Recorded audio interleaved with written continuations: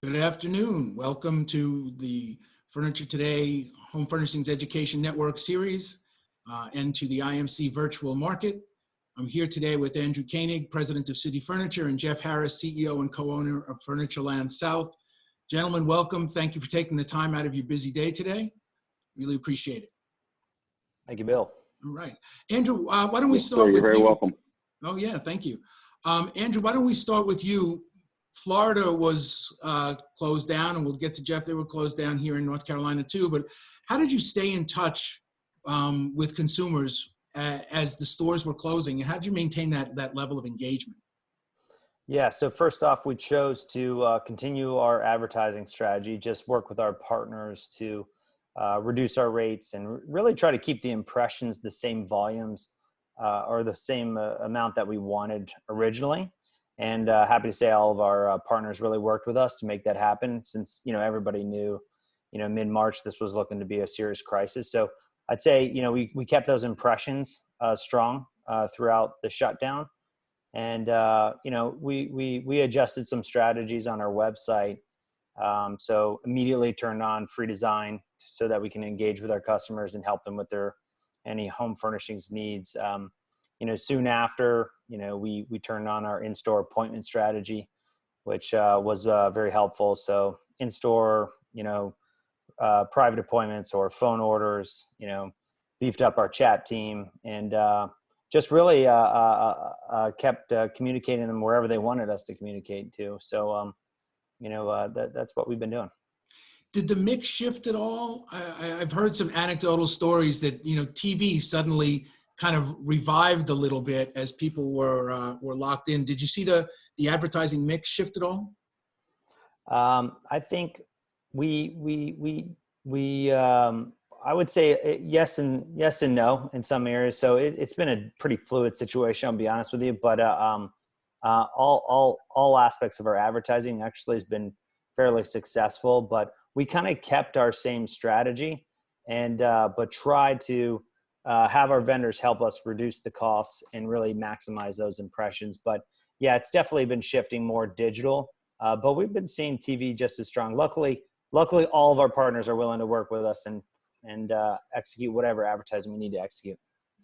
Jeff, how did you stay in touch? I know designers are a real important part of your model and your mix. Being a local Greensboro person here, I know I was able to kind of keep track of Furnitureland South, but for folks who aren't here, how did you stay engaged with your customer base? Well, I got to tell you, I think it's a carbon copy of what Andrew was just talking about there. I'm not sure if we took his playbook or he took ours, but we did a lot of the same things. I think, getting to the shock of everything, you just kind of want to push the pause button and say, okay, where do we go from here? How do we reach our clients? How do we stay relevant?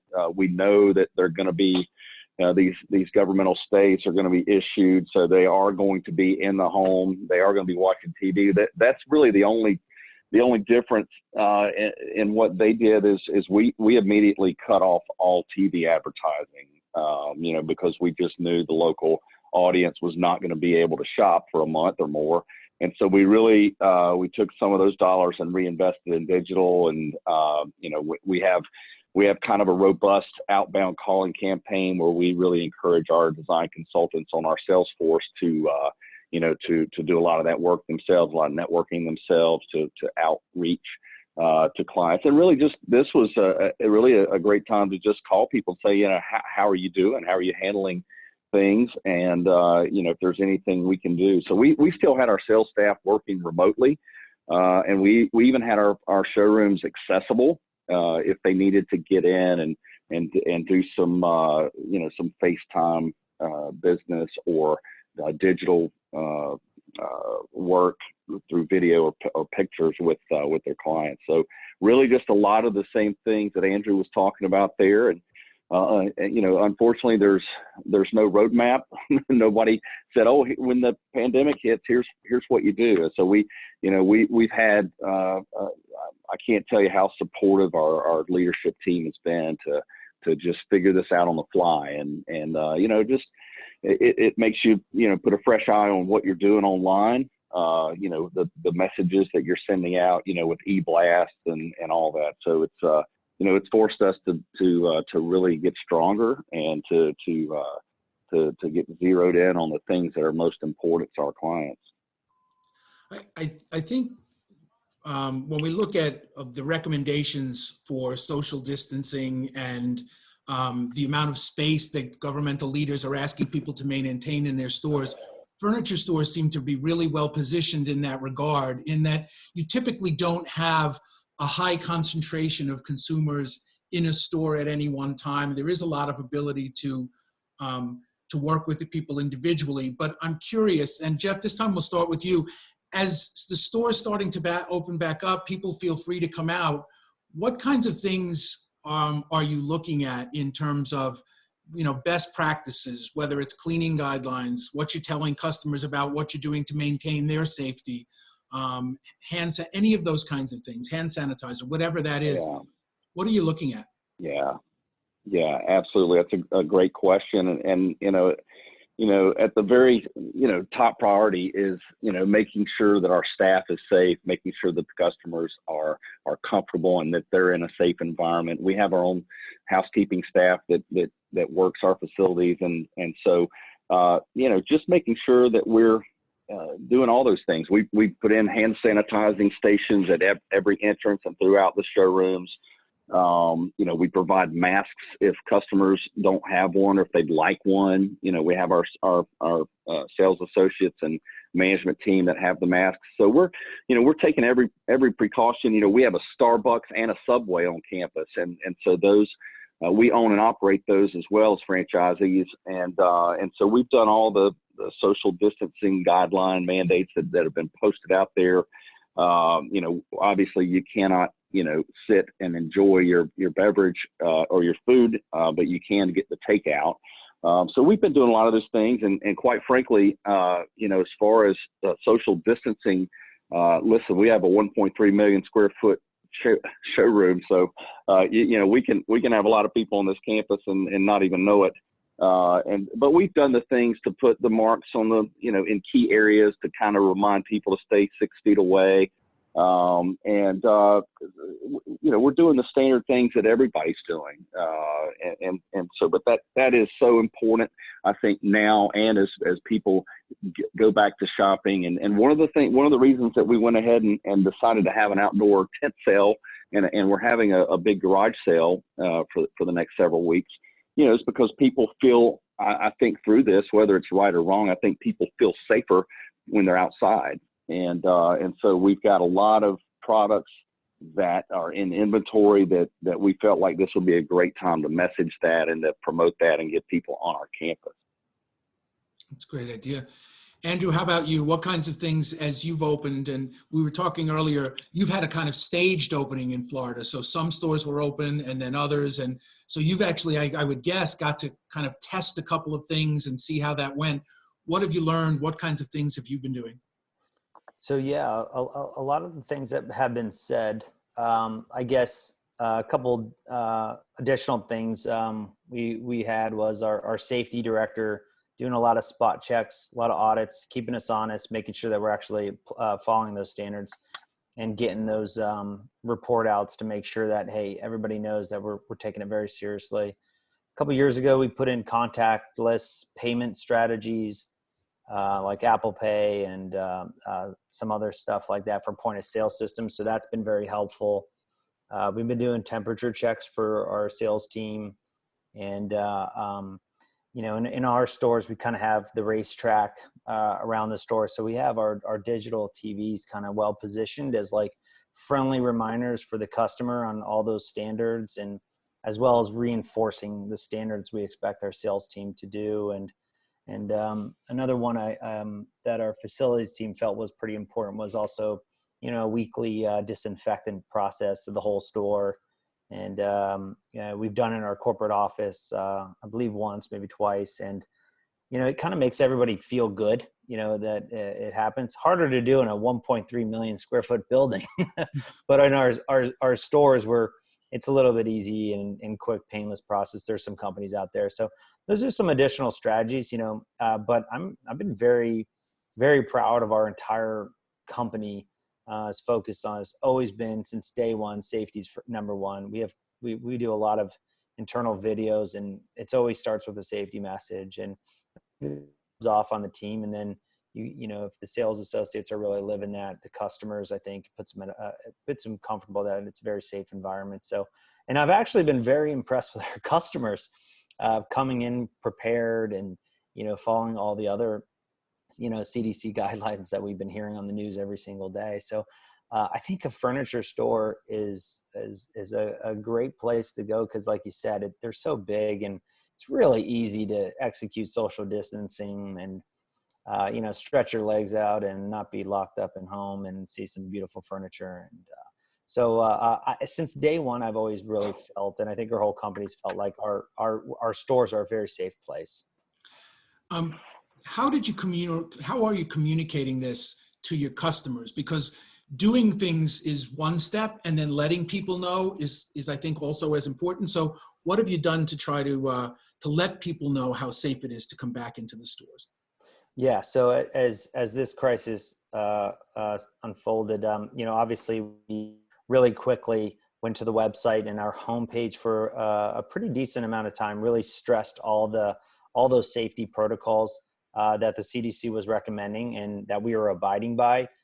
So we had that blasted on our homepage for maybe 7 to 10 days in late March, until I think it was almost like everybody gets it. You know, everybody knows what the standards are. So website was number one. Number two was we had commercials. So our commercials, we quickly put some stuff together to really send that safety message. We had some pre-cut stuff from the past, and, you know, just put some strong messaging out there. So when our TV ads hit the TV, you know, our customers knew that we were following all those protocols. And then, like I said, once that customer gets in your store, you know, I think they feel it really quick when they enter in and see the sales associates with their mask on, the digital TVs talking about the standard signage in the store. So in the store, I always felt good, because that was kind of like the flow of how we got the message of all the things we were doing. Okay. Now, as you went through this, obviously there had to be some challenging conversations with your vendors, and Andrew, you alluded to those. And Jeff, I'd like to ask you too, and not necessarily what the actual conversation was, because those are private conversations, but in terms of how you approach a difficult conversation. And Jeff, can you give me some idea of, from a leadership standpoint, how do you approach a difficult conversation? Because obviously this is an uncomfortable thing between a retailer and a supplier. And again, I don't mean, you know, what those individual conversations are. Those are private, but just from the perspective of how you approach it. Can you give me any idea, and maybe share some best practices in how people can approach those difficult conversations?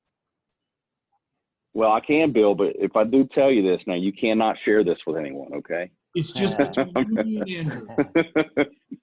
Well, I would say, honestly, I don't think there were any tough conversations really between, you know, what we're doing and our vendors. I think everybody realizes, hey, we're all in this thing together.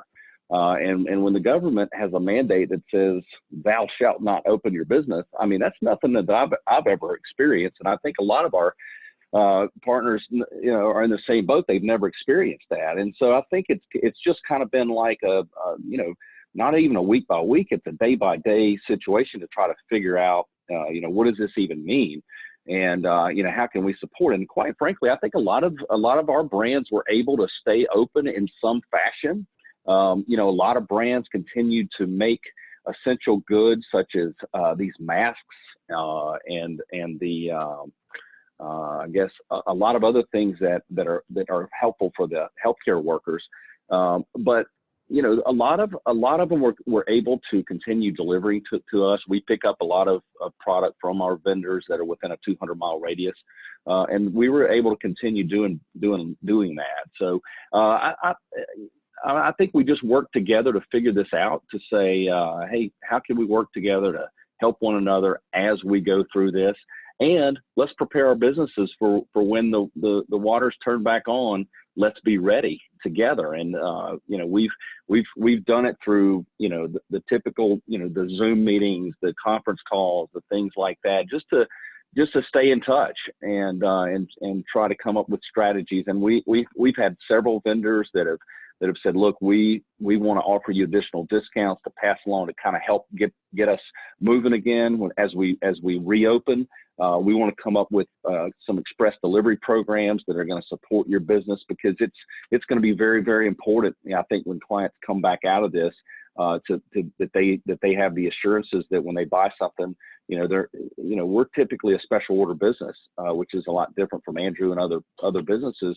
And so when you order something from us, it's custom upholstery. Sometimes it can take, up to a couple months time. And so we're definitely finding ways to reduce that cycle time. But I think generally, Bill, with us having these relationships that we're so keen on maintaining, I just think that they've been incredibly supportive, and we have to them as well. And for us to even be able to pull through some great sales in the month of April, I had so many vendors call and say, man, I cannot believe that your business was able to do this in the midst of a basic shutdown. And so we've just been very supportive of one another.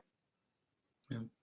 Andrew, I saw you nodding your head there. It sounds like you've had some similar conversations. Can you share, some insight into how those went and how you make those be productive?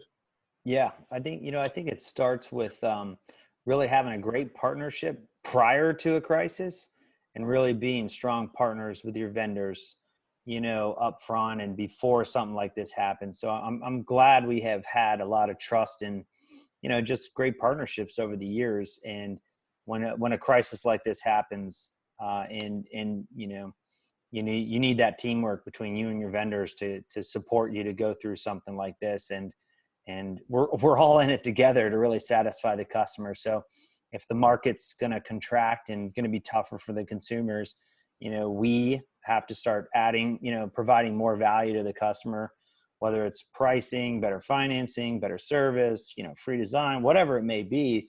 Those services that just add more value to the customer to drive more of those sales, that's not free. And we need support with our vendors. And, when we ask for support during tough times like this, I'm really proud to say, all of our vendors really stepping up and knowing that, like, oh, we trust you. If this is what's happening in your market, we believe you, that we're not just asking for support for no reason. Like, no, we're going through something really tough. And so that trust and that teamwork, was like the first thing really, that comes to mind to really getting you through this. And then, just reassuring them, communicating often, and providing, daily, weekly results and performance, and, definitely this thing, dropped off a cliff, and we've been, going uphill battle every day, and every day it feels a little bit better and a little bit better and a little bit better. And that just constantly communicating and, outperforming those projections, like, it was just said, is just makes the vendors even more proud to work with you, because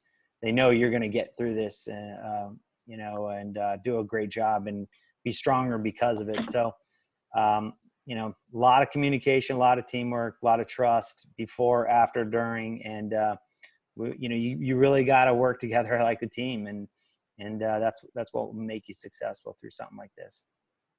Andrew, you mentioned the consumer, and I'm curious, do you anticipate the consumers are going to shop a little bit differently, even if, let's say, 3 years from now, 5 years from now, maybe they go back to very similar habits, but I would expect maybe over the next year or so, what are you anticipating in terms of how you think consumers may shop your stores differently?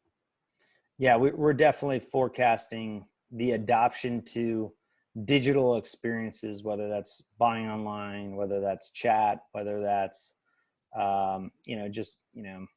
anything digital in that experience versus, the older ways of shopping. So we just think that adoption has just rapidly increased, and there's plenty of reports, 5 years, 10 years, so we'll see what online as a percentage of sales is. But I believe it's forced adoption that would have been 5 years from now, normal, it's now here for a lot more folks as a pretty, simple way to shop and buy furniture. So I think that the digital experiences have been sped up about 5 years is how I would kind of explain it. Jeff, you tend to have a very strong custom order business. You have a lot of designers who work on a very personal level with your shoppers. How do you see that evolving as we come out of this?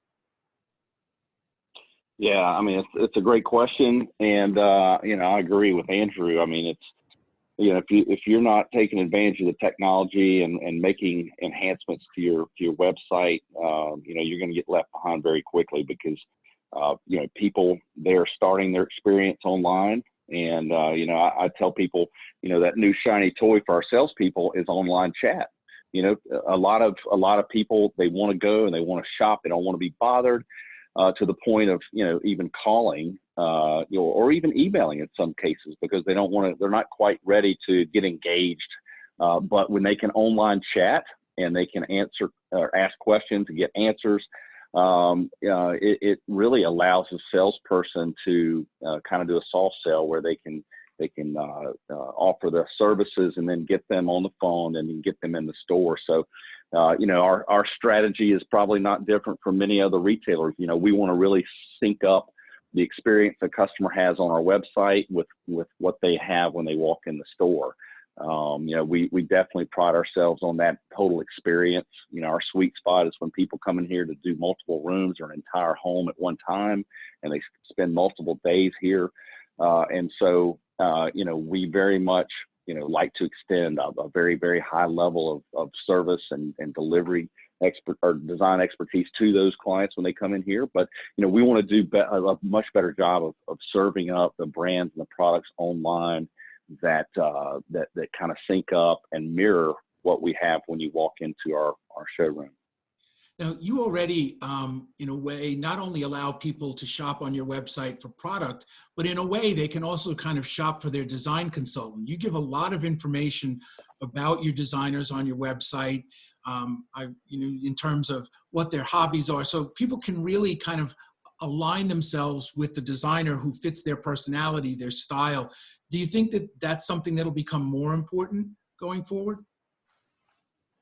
Oh, no question. We've done this for a few years now. It's all about that relationship for our business, between the design consultant and the customer. I mean, when you're buying things for your home, it's such an intimate process, and you want someone that you identify with, that you feel like you can kind of share your passion and your color scheme and your wish list, your lookbook.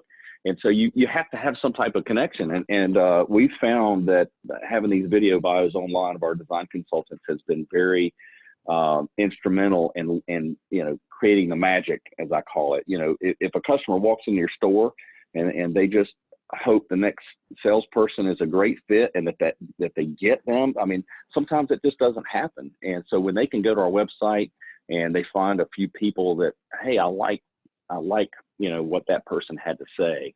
I kind of like that, the experience that they have, or I felt a connection. We encourage our salespeople when they do these video bios to kind of put some things in there, about you personally. I may have been a cancer survivor, or I like to rescue dogs, or whatever it is. I'm Italian chef.